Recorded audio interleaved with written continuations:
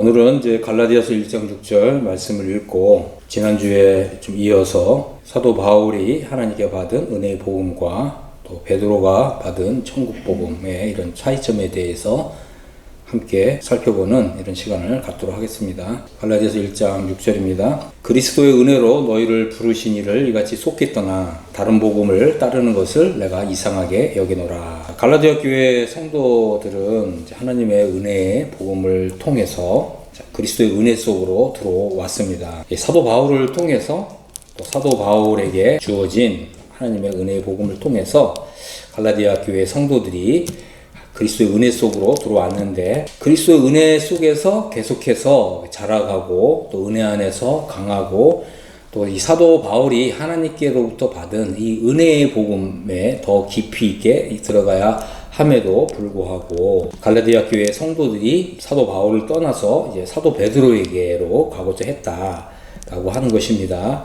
주로 이제 이방인들로 구성되었던 갈라디아 교회 성도들이 이렇게 바울을 떠나서 베드로에게로 가는 이러한 일은 영적으로 심각한 문제를 일으키는 것이었고, 진리의 말씀을 옳게 분별하지 못하는, 옳게 나누어서 보지 못하는 이제 이러한 이제 영적인 큰 문제를 일으키는 것이었다라고 하는 것입니다. 그래서 오늘은 베드로와 바울의 사역의 이 특징과 이 차이점에 대해서 살펴보고, 우리가 왜 이 바울 서신에 중점을 둔 신앙을 가져야 하는가, 이것이 왜 중요한가 하는 부분을 함께 살펴보기를 원합니다. 자, 우리가 이제 갈라디아서 이제 2장 7절을 좀 살펴볼 것인데요. 이제 결론적으로 말하자면 이제 하나님께서는 베드로에게는 이제 유대인들에게 복음을 전하도록 하신 것이고, 사도 바울에게는 이제 이방인들에게 복음을 전하도록 하셨습니다. 이렇게 베드로와 바울의 사역의 영역을 따로 구분하셨다라고 하는 것입니다.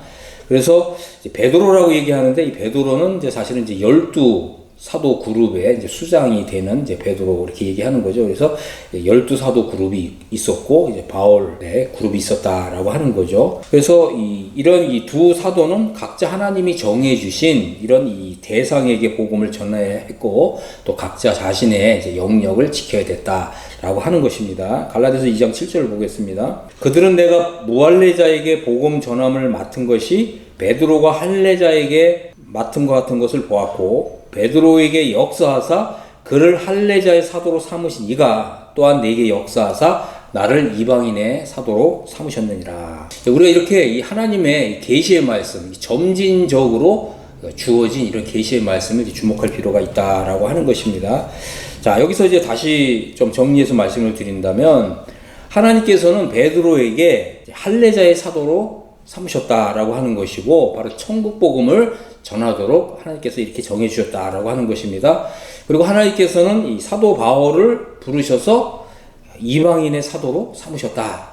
그래서 은혜의 복음을 전하도록 하셨다라고 하는 것입니다. 이렇게 이제 하나님께서 초기에 영역을 설정해 주셨는데, 나중에 하나님께서는 사도 바울에게 이제 이 에베소서에 보면 이제 은혜의 경륜이 소개되어 있는데, 이렇게 이 에베소서를 보면 여기에 보면 이제 한 세 사람이 되는 어마어마한 진리를 계시하고 있는 걸 보게 되죠. 유대인도 아니고 이방인도 아닌 한 세 사람에 대한 이런 이제 위대한 진리를 계시하실 때까지 하나님께서는 베드로에게 유대인들에게 복음을 전하도록 하셨고, 바울에게는 이제 이방인들에게 복음을 전하도록 하셨다라고 하는 것입니다. 자, 그래서 우리는 먼저 하나님께서 이제 베드로에게 맡기신 복음, 천국 복음은 이제 어떤 특징을 가지고 있는가, 이제 이 부분을 살펴보도록 하겠습니다. 우리가 이제 이 마태복음을 보면 이제 예수님께서는 이제 공생애를 시작하시면서 회개하라, 천국이 가까이 왔느니라, 이제 이런 말씀으로 천국 복음을 이제 전파하도록 하셨습니다. 그래서 이제 예수님께서는 천국 복음을 전파하게 하셨는데, 이 천국 복음은 이제 유대인들에게 전파되도록 이렇게 정해진 것이었고, 또 특별히 유대인들 가운데서 이 남은 자들을 불러내는 이제 이런 복음이었다라고 하는 것입니다. 사실 이제 유대인들은 자신들이 다 아브라함의 자손이기 때문에 자신들은 당연히 자동적으로 다 천국에 들어갈 수 있을 것이다, 이렇게 생각했다고 하는 것입니다. 하지만 유대인들이 다 천국에 들어가는 것이 아니라 유대인들 가운데서 회개해야 됐고 회심해야 됐고 거듭나야 천국 백성이 될 수 있었고, 또 특별히 율법의 계명을 지켜 행해야 됐다라고 하는 것입니다. 이것은 이제 참 중요한 이제 이런 부분인데 조금 더 구체적으로 살펴보도록 하겠습니다. 우리가 마태복음 5장 17절을 보면 우리 주님이 이렇게 말씀하셨어요. 내가 율법이나 선지자를 폐하러 온 줄 생각하지 말라. 폐하러 온 것이 아니라 완전하게 하려 함이라. 그래서 진실로 너희에게 이르노니 천지가 없어지기 전에는 율법의 1.1획도 결코 없어지지 아니하고 다 이루리라. 그러므로 누구든지 이 계명 중 지극히 작은 거 하나라도 버리고 그같이 사람을 가르치는 자는 천국에서 지극히 작다 일컬음을 받을 것이요 누구든지 이를 행하며 가르치는 자는 천국에서 크다 일컬음을 받으리라. 내가 너희에게 이르노니 너희 의가 서기관과 바리새인보다 더 낫지 못하면 결단코 천국에 들어가지 못하리라. 주님이 이제 천국 복음을 이렇게 전하시면서 이렇게 이 율법을 굉장히 강조하셨고 율법의 계명을 이렇게 순종할 것을 이렇게 말씀하셨다라고 하는 것입니다. 그래서 이렇게 율법을 이제 지켜서 율법을 지켜 행하면서 가르치는 자는 이제 천국에서 큰 사람이 되고 그렇지 못한 사람은 또 천국에서 작은 사람이 되고 또 너희 의가 서기관과 바리새인보다 더 낫지 못하면 결코 천국에 들어가지 못하리라. 주님이 이렇게 말씀하셨다고 하는 거예요. 우리가 이제 이렇게 보면 이제 서기관과 바리새인의 의는 무엇입니까? 이 서기관과 바리새인들의 의는 율법의 계명을 순종하는 거거든요. 그래서 율법의 의는 무엇이냐면 눈에는 눈, 이에는 이거든요. 근데 주님 말씀하셨죠? 서기관과 바리새인보다 더 나은 의를 가져야 된다. 그러면 이제 서기관과 바리새인의 의보다 더 나은 의는 무엇입니까? 누군가 오른뺨을 치거든 왼쪽 뺨도 돌려대라. 우리가 이렇게 이 천국 복음은 이렇게 율법을 지켜 행하는 것과 밀접하게 연관이 있었다라고 하는 것입니다. 그래서 이제 주님은 이 천국 복음을 유대인들에게 전파하도록 이렇게 하셨습니다. 그리고 뿐만 아니라 이제 이 천국 복음을 전파하도록 12사도들을 부르셨죠. 그래서 마태복음 이제 10장 1절에 보면 예수님께서 이제 그의 12제자를 부르셨다. 이렇게 말씀하셨고, 이제 12사도들에게 이 천국 복음을 전파하도록 하신 거죠. 그런데 이 중요한 포인트가 뭐냐면 이 천국 복음은 이방인들에게 전파돼서는 안 됐다는 거예요. 유대인들에게 전하도록 우리 주님이 그렇게 정하셨다라고 하는 것입니다. 자, 그래서 이제 우리가 마태복음 10장 5절에 보면 예수께서 이 12를 내보내시며 명하여 이르시되 이방인의 길로도 가지 말고 사마리아인의 고을에도 들어가지 말고 오히려 이스라엘 집에 잃어버린 양에게로 가라. 그래서 가면서 전파하여 말하되 천국이 가까이 왔다. 이렇게 전파라. 이렇게 말씀하신 거죠. 자, 그래서 이 천국 복음은 이방인들에게 전파되지 않도록 주님이 제한하셨다고 하는 거예요. 오로지 유대인들에게만 전파하라. 그래서 이 천국 복음을 믿고 받아들이는 사람은 이제 이스라엘 집에 이제 잃어버린 양 중에서 구원을 받는 하나님의 이제 이런 구원의 이제 역사를 이제 경험할 수 있었다라고 하는 거죠. 이 천국 복음은 그래서 철저하게 율법 계명을 지키는 것과 또 율법 계명을 행하면서 또 지키면서 가르칠 때, 그럴 때 이제 천국에서 큰 사람이 되는 거, 그리고 이런 율법을 지켜서 행하는데 구약 시대에 그 눈에는 눈, 이에는 이와 같은 이제 이런 계명만 지키는 것으로 충분한 것이 아니라 그거보다 더 나은 의를 가져야 된다라고 하신 것입니다. 그래서 우리가 이 천국 복음이 가지고 있는 이러한 이 주요한 특징을 우리가 이제 이해해야 된다라고 하는 거죠. 그래서 이것을 다시 이제 천국 복음의 특징을 좀 정리해서 말씀을 드리면, 첫 번째, 율법 계명을 지켜야 된다. 율법 계명을 지키면서 전파하고 가르치는 사람은 천국에서 큰 사람이 된다. 이 두 번째, 율법을 준수한 결과로 주어지는 이 의가 서기관과 바리새인보다 더 나은 의여야 된다.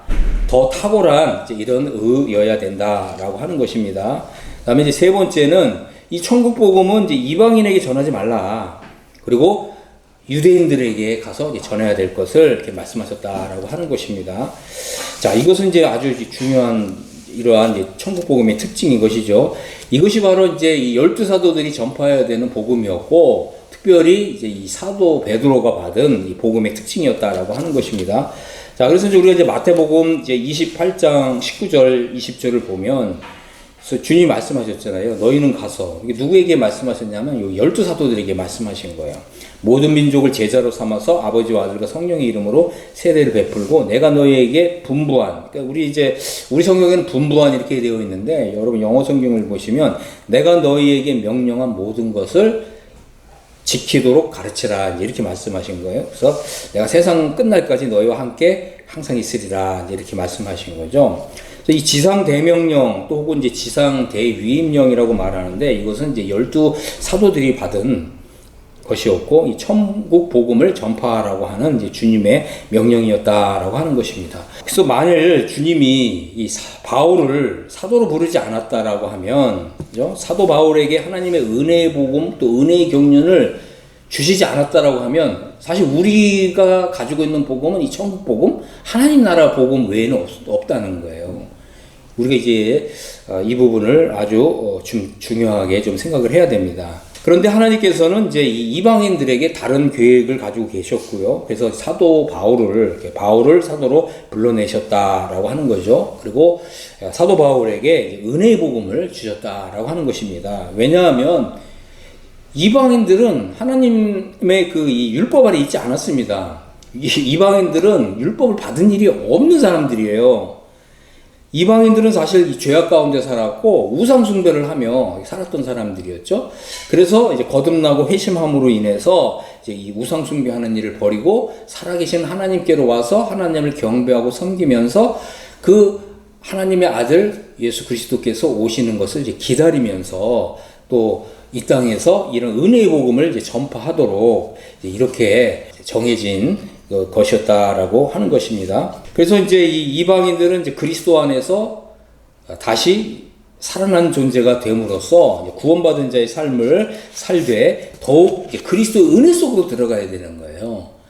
율법으로 가는 게 아니라 할례를 행한다던가 율법 계명을 지킨다던가 이쪽으로 가는 게 아니라 그리스도의 은혜 속으로 우리를 부르셨기 때문에 그리스도의 은혜 속으로 들어가서 하나님께서 사도 바울에게 주신 이 은혜의 복음 혹은 이제 이 은혜의 경륜이라고 부르는 이 속으로 더 깊이 들어가야 된다는 거예요. 그렇기 때문에 갈라디아 교회 성도들은 사도 바울을 떠난다거나 이제 그리스도의 은혜를 떠나는 것이 아니라 그래서 베드로에게 가거나 천국 복음으로 가야 되는 것이 아니라 더욱 그리스도의 은혜 속으로 들어가야 된다. 그리고 하나님께서 사도 바울에게 주신 이 서신 속으로 더 깊이 들어가서 은혜 속으로 더 깊이 들어가서 이 은혜가 풍성하게 해야 된다라고 하는 것입니다. 자, 그래서 사도 바울은 12 사도들과는 다른 이제 이런 이 부르심과 또 다른 복음을 하나님께로부터 받았다라고 하는 거죠. 그래서 갈라디아서 이제 1장 1절에서 사도 바울이 사람들에게 난 것도 아니요 사람으로 말미암은 것도 아니요 오직 예수 그리스도와 그를 죽은 자 가운데서 다시 살리신 하나님 아버지로 말미암아 사도된 바울 이렇게 얘기할 때 이 사람들이라고 하는 거는 사실은 여러분들이 성경을 잘 읽어보면 이게 이제 12 사도들에게서 나온 것이 아니다 라고 하는 것을 바울이 이렇게 표현하고 있다라고 하는 거죠. 또 사람으로 말미암은 것도 아니다. 이제 이렇게 표현하고 있어요. 그리고 더 중요한 게 뭐냐면 하나님 아버지와 이제 부활하여 영광 가운데 계신 예수 그리스도께서 나를 이방인의 사도로 부르셨다라고 하는 거예요. 여러분 한번 잘 생각해 보십시오. 하나님 아버지와 부활하여 영광 가운데 계신 예수 그리스도께서 나를 부르셨다. 과연 12 사도들이 이렇게 말할 수 있을까요? 하나님 아버지께서 나를 부르셨다. 그리고 부활하여 영광 가운데 계신 예수 그리스도께서 나를 부르셨다. 이렇게 말할 수 있는 것은 오직 사도 바울밖에는 없었다라고 하는 것입니다. 베드로를 위시한 12 사도들은 사실 이제 주님의 공생의 당시에 주님이 사도로 부르셨거든요. 자, 그래서 이 12 사도들은 바울처럼 부활하신 예수 그리스도와 또 예수 그리스도를 죽은 자 가운데서 살리신 하나님 아버지로 말미암아서 사도로 나는 부르심을 받았다. 12 사도들은 결코 이렇게 말할 수 없었다라고 하는 거죠. 이것은 오로지 바울에게만 해당되는 참 놀라운 이제 이 고백이었다라고 하는 것입니다. 자, 그래서 이 사도 바울은 이제 하나님 아버지와 부활하여 영광 가운데 계신 예수 그리스도께로부터 복음을 전하도록 이런 사명을 받았는데 이 사명이 이전에 12 사도들에게 전파하도록 이 천국 복음을 맡기신 이것과 같은 복음이 아니었다라고 하는 것입니다. 사도 바울은 이제 이방인들에게 복음을 전하는데 바로 이 은혜의 복음을 전파하도록 부르심을 받았다라고 하는 거죠. 사도 바울은 이제 이것을 은혜의 경륜이라고 표현했고 또 이것은 이제 계시를 통해서 비밀의 경륜을 받았다 이렇게 표현하고 있는 것입니다. 그리고 사도 바울은 이제 이것을 이제 서신에 써서 이제 지상에 있는 이제 교회에 이제 보낸 것이죠. 그래서 이제 에베소서 3장에서도 이렇게 얘기하잖아요. 너희를 위하여 내게 주신 하나님의 그 은혜의 경륜을 너희가 들었을 것이라. 이게 뭐라고 표현했죠? 은혜의 경륜은 하나님이 나에게 주셨다. 이렇게 표현하고 있는 거예요. 또 계시로 내게 비밀을 알게 하신 것은 이렇게 표현했어요. 하나님의 계시를 통해서 나에게 비밀을 알게 하셨다. 그래서 너희도 이제 그것을 읽으면, 이제 바울의 서신을 읽으면 내가 그리스도의 비밀을 깨달은 것을 너희도 알 수 있을 것이다. 이제 이렇게 말하고 있는 것입니다. 그래서 이 바울의 서신은 이 사복음서에서 우리 주님이 12사도들에게 주신 보다 더 높은 계시였다라고 하는 거죠. 자, 중요한 건 뭐냐면 바울이 받은 계시가 나중에 주어진 계시였다라고 하는 것입니다. 더욱 영광스럽고 더욱 은혜로운 이러한 이 복음이었다라고 하는 것입니다. 자, 그래서 이것을 다시 좀 정리한다면 하나님은 사도 바울에게 천국 복음이 아니라 은혜의 복음을 주셨다. 그래서 12사도들의 그룹과는 다른 복음을 주신 것이다 라고 하는 것입니다. 자, 천국 복음은 이제 하늘과 땅의 모든 권세를 가지신 이제 부활하신 주님이 12사도들에게 이 천국 복음을 전파하도록 사명을 주신 것이다 라고 하는 거죠. 또 하나님 아버지와 영광 중에 계신 예수 그리스도께서는 이제 바울에게 은혜의 복음을 전파하도록 주셨다 라고 하는 것입니다. 그래서 이 두 그룹의 사도가 있었다. 베드로 그룹과 바울 그룹이다 라고 하는 것입니다. 베드로 그룹은 이제 천국 복음을 전파하도록 누구에게? 유대인들에게. 바울에게는 이제 은혜의 복음을 전하도록 누구에게? 이방인에게. 하나님께서 이렇게 구분을 하셨다라고 하는 것입니다. 자, 그런데 이러한 이제 이 구분은 장래 이제 에베소서라고 하는 이제 이러한 한 세 사람이 되는 이런 계시를 주실 때까지 두 그룹의 사도들의 영역이 이렇게 구분되었다. 그러나 이제 사도 바울에게 하나님께서 한 세 사람이 되는 이러한 은혜의 경륜을 주셨을 때 이제는 유대인도 아니고 이방인도 아니고 이 유대인과 이방인 사이에 이 막힌 담을 이제 헐어버리시고 그리스도 안에서 또 그리스도 함께하는 한 세 사람을 세우셨다라고 하는 것입니다. 그래서 우리가 이제 신약 성경을 읽을 때에도 이런 계시의 이 점진성 이것을 반드시 이해하고 읽어야 된다라고 하는 것입니다. 자, 그래서 다시 이제 갈라디아서 2장 7절 8절을 보면 그들은 내가 무할례자에게 복음 전함을 맡은 것이 베드로가 할례자에게 맡은 같은 것을 보았고, 그래서 이 무할례자라는 말은 이방인들을 가리키는 말이고요. 베드로가 할례자에게 맡은 같이, 그래서 이 할례자는 유대인들을 가리키는 것입니다. 그래서 베드로에게 역사하사 그를 할례자의 사도로 삼으신 이가 또한 내게 역사하사 나를 이방인의 사도로 삼으셨느니라. 그래서 하나님께서 이렇게 구분하셨다. 하나님께서 구분하신 것은 지켜져야 된다. 서로 이 영역을 서로 이렇게 넘나들어서는 안 된다라고 하는 것입니다. 자, 그러면 이제 하나님께서 바울에게 주신 은혜의 복음은 무엇이었는가? 이제 이 부분을 말씀드리겠습니다. 자, 갈라디아서 2장 16절을 보면 사도 바울이 받은 은혜의 복음 이제 첫 번째입니다. 사람이 의롭게 되는 것은 율법의 행위로 말미암이 아니요 오직 예수 그리스도를 믿음으로 말미암는 줄 알므로 이렇게 말했습니다. 자, 우리가 아까 이제 마태복음 5장을 통해서 살펴보았지만 이 천국 복음 속에서는 율법의 계명을 지키도록, 그래서 서기관들과 바리새인들보다 더 나은 의를 반드시 산출해야 된다. 이제 이것을 강조했던 것입니다. 하지만 바울이 받은 은혜의 복음은 사람이 의롭게 되는 것은 율법의 행위로 말미암은 것이 아니다. 오직 예수 그리스도를 믿음으로 말미암은 것이다 라고 하는 것입니다. 여기서 사도 바울이 예수 그리스도라고 말했을 때 이것은 굉장히 짧은 간결한 또 혹은 압축된 복음이 담겨 있는 것입니다. 사도 바울이 예수 그리스도를 믿는다라고 했을 때는 이것은 예수 그리스도의 십자가의 죽으심과 그 십자가의 그 죽으심이 우리에게 가져다주는 어마어마한 은혜의 그 효력과 권능, 이것이 포함되어 있을 뿐만 아니라 예수 그리스도의 그 부활을 통해서 우리에게 가져다주는 그 모든 은혜, 또 우리가 율법을 계명을 지켜 행함으로 의롭다함을 받는 것이 아니라 하나님의 의를 받아서 의롭게 되는 이 모든 것들이 예수 그리스도를 믿음으로라고 하는 이 안에 다 포함되어 있다는 거예요. 여러분들이 이러한 것을 이해하고 이것을 깨닫고서 성경을 읽는, 그래서 이것을 이해하고 깨달을 때 우리가 그리스도의 은혜 속으로 더 깊이 들어가는 거예요. 이런 이해가 없이 예수 그리스도를 믿는다, 바울이 이제 예수 그리스도를 믿는다라고 했을 때 이것을 마치 마태복음에서 말하고 있는 천국복음과 같은 것으로 여러분들이 이해하고 읽는다면 이런 은혜가 오지 않는다는 거예요. 자, 두 번째, 2장 19절입니다. 내가 율법으로 말미암아 율법에 대하여 죽었다. 이렇게 얘기하잖아요. 여러분, 율법에 대하여 죽는 것은 더 큰 은혜입니다. 마태복음에서 지금 천국복음에서 우리에게 소개하고 있는 그 복음보다 더 큰 은혜. 율법에 대해 죽었다고 하는 것은 바로 부활하여 영광 가운데 계신 예수 그리스도께로부터 온 더 큰 은혜, 은혜 중에 은혜다라고 하는 것입니다. 이는 이제 하나님에 대하여 살려 함이라 이렇게 말씀했고, 이제 2장 20절에 내가 그리스도와 함께 십자가에 못 박혔나니 그런즉 이제는 내가 산 것이 아니라 오직 내 안에 그리스도께 사신 것이다. 여러분, 이것이 단순한 어떤 그 진리에 대한 명제가 아니라는 거예요. 여러분, 이것이 여러분의 마음 안에서 반드시 풀어져야 되고, 여러분이 이것을 믿음으로 붙잡아야 되고, 이것이 여러분의 그 믿음 안에서 실제화되어야 됩니다. 그럴 때에만, 그죠? 그럴 때에만 율법에 대해 죽은 사람이 되고, 율법에 대해 죽은 사람이 이제 어떤 신령한 삶이 사라지는 것을 여러분이 경험해야 된다는 거예요. 이것은 아주 중요한 문제입니다. 그러니까 율법에 대해 죽은 사람은 그리스도와 함께 십자가에 못 박힌 사람이고, 이로써 이제 내가 사는 것이 아니라 내 안에 그리스도께서 사시는 삶이 시작된다 라고 하는 것입니다. 자, 갈라디아 교회는 여기에 이르지 못했다는 거예요. 사도 바울이 지금 강조해서 말하는 거죠. 그럼 왜 갈라디아 교회 사람들이 할례를 받고자 했고, 왜 베드로에게 가고자 했냐? 이게 안 이루어졌기 때문에 그런 거예요.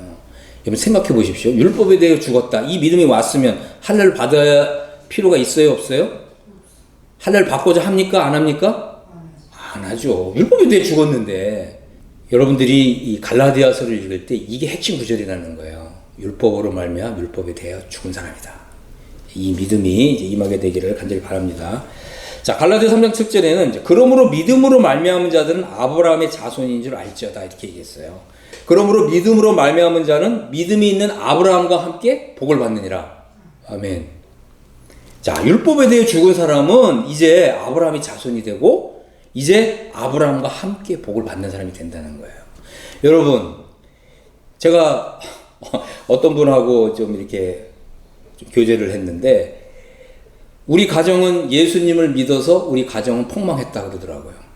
우리 가정은 완전히 파괴가 됐다. 왜 이런 얘기를 할까요? 왜 이런 얘기를 할까요? 우리 남편도 믿음 있는 줄 알았는데 이제 보니까 믿음이 전혀 없는 사람이다. 우리 자녀들은 지금 나이가 30살이 넘었는데 아직까지 예수님을 믿어서 구원받지 못하고 왜 자기를 예수님 믿도록 강요하냐, 이렇게 하면서 나는 부모님이 다 원망스럽다 그런다는 거예요. 이 자녀들도 물론 이제 어렸을 때부터 교회를 다니고 뭐 주일학교 때부터 교회를 다니고 이제 이렇게 했는데, 그래서 우리 가정은 예수님을 믿어서 망했다. 제가 너무 가슴이 아프더라고요. 이걸 배우셔야 됩니다. 율법에 대하여 죽은 사람은 아브라함과 함께 복을 받는다. 자, 우리는 복을 받아야 될 뿐만 아니라 우리는 복을 아브라함과 함께 복을 받은 사람으로서 아브라함이 가졌던 그 믿음, 그 이상의 믿음을 가져야 됩니다. 사실 이 갈라디아서는 아브라함보다 더 높은 차원의 그 복을 우리에게 소개하고 있다라고 하는 것입니다. 이런 복에 다 들어가시게 되기 바랍니다. 자, 갈라디아서 4장 5절에는 율법의 아래 있는 자들을 속량하시고 우리로 아들의 명분을 얻게 하려 하십니다. 자, 율법에 대해 죽은 사람은 이제 율법으로부터 속량을 받습니다. 뿐만 아니라 우리가 이제 아들의 명분을 받는 거예요. 그래서 너희가 아들임으로 하나님이 그 아들의 영을 우리 마음 가운데 보내사 아빠 아버지라 부르게 하셨느니라. 여러분, 율법에 대해 죽은 사람은 율법 아래서 이제 속량을 받았다라고 하는 것입니다. 율법의 저주 아래서 완전한 구원을 받은 사람이고, 뿐만 아니라 우리는 이제 아들의 명분을 받았다라고 하는 것입니다. 우리 성경에는 이제 아들의 명분을 받았다라고 되어 있는데, 이것은 이제 양자 사모의 은혜를 입었다라고 하는 거죠. 자, 그래서 거듭나는 것은 하나님의 자녀가 되는 진리입니다. 하지만 우리가 율법에 대해 죽고 또 아들의 명분을 얻는 이 양자 사모의 이런 진리는 우리로 하여금 하나님의 아들들이 되게 해서 하나님이 나를 아들들로 대우해 주신다는 거예요. 이것은 어마어마한 은혜 속으로 들어가는 거예요. 마치 우리 하나님 아버지께서는 우리를 공생의 삶을 사셨던 예수님처럼 대우해 주신다. 우리 주님이 아버지께 기도한 것은 다 받는 이런 그 아들로서 하나님께서 우리를 대우해 주신다라고 하는 것입니다. 이런 복에 들어갈 수 있게 되길 바랍니다.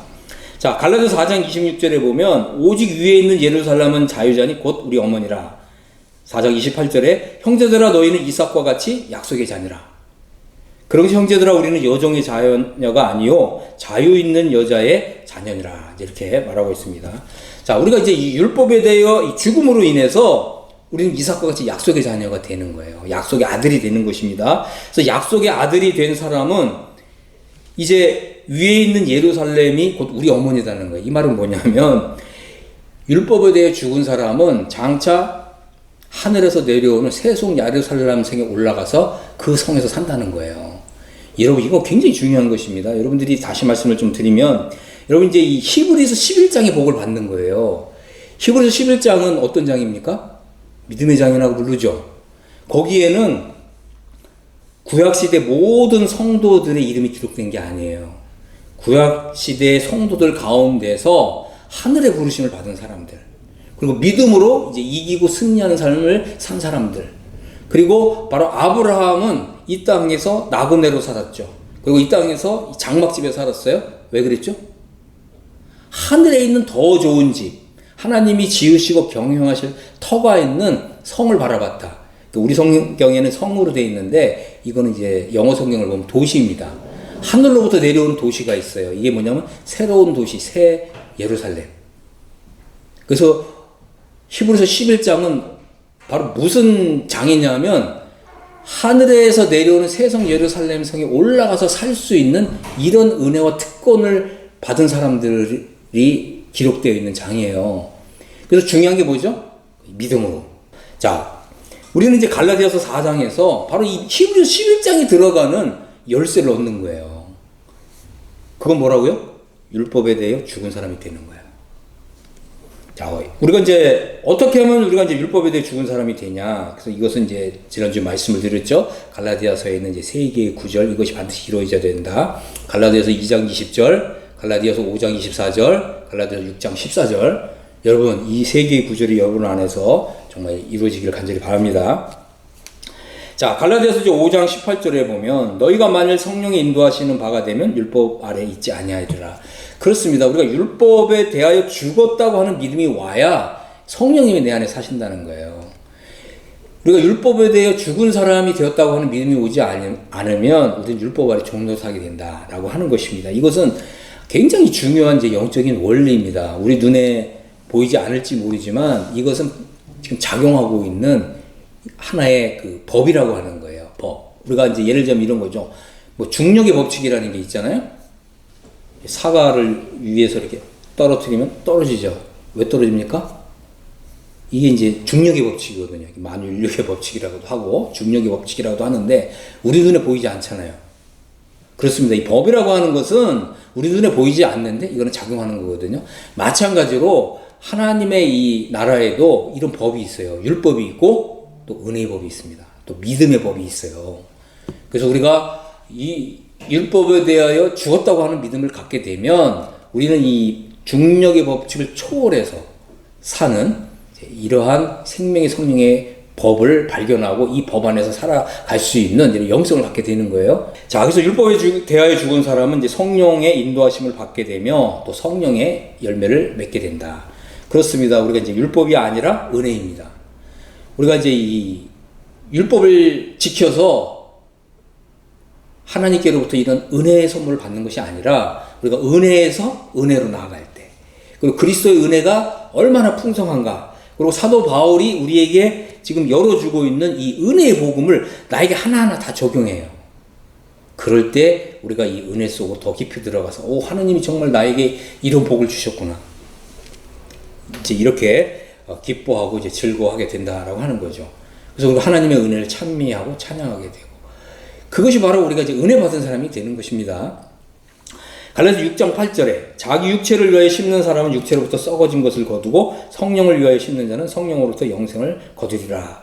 그렇습니다. 이 율법에 대해 죽었다는 믿음을 갖지 않은 사람은 당연한 말인데 자기 육체를 위해 심는 사람이 된다는 거예요.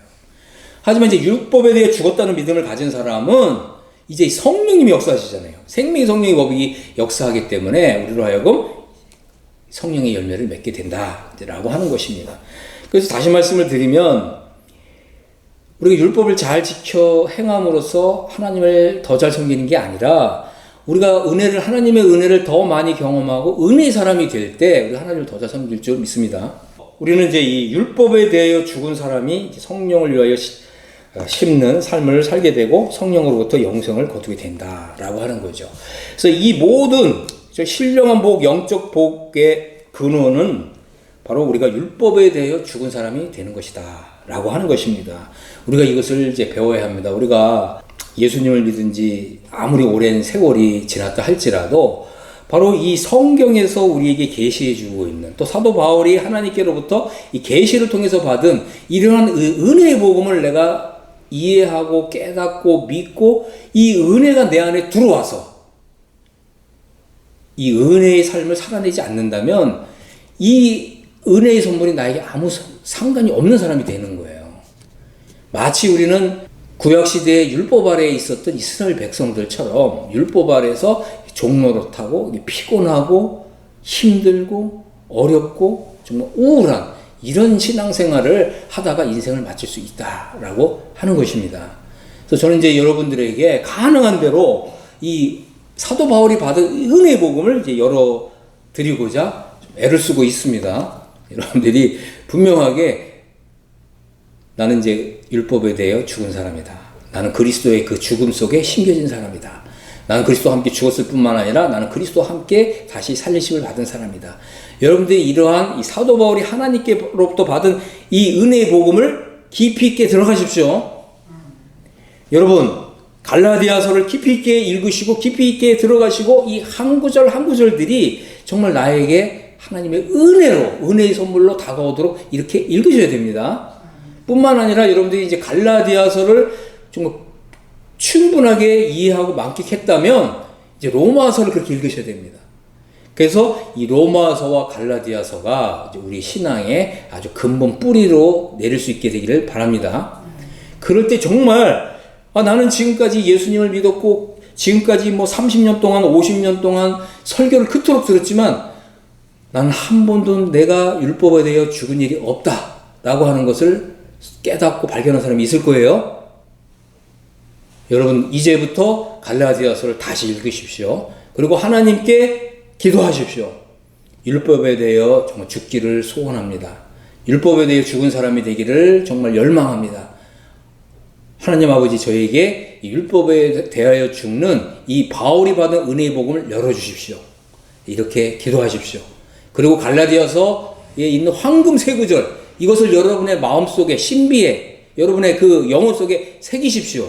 그리고 이 말씀이 비로소 나에게 이루어졌다라고 할 때 내가 그리스도와 함께 죽은 사람이 되고 내가 이제 그리스도와 함께 살아난 사람이 될 때 그때 비로소 나는 율법에 대해 죽은 사람이 되는 것입니다. 여러분 모두가 율법에 대해 죽는 이런 은혜를 받으시기를 예수 그리스도의 이름으로 축복합니다. 아멘.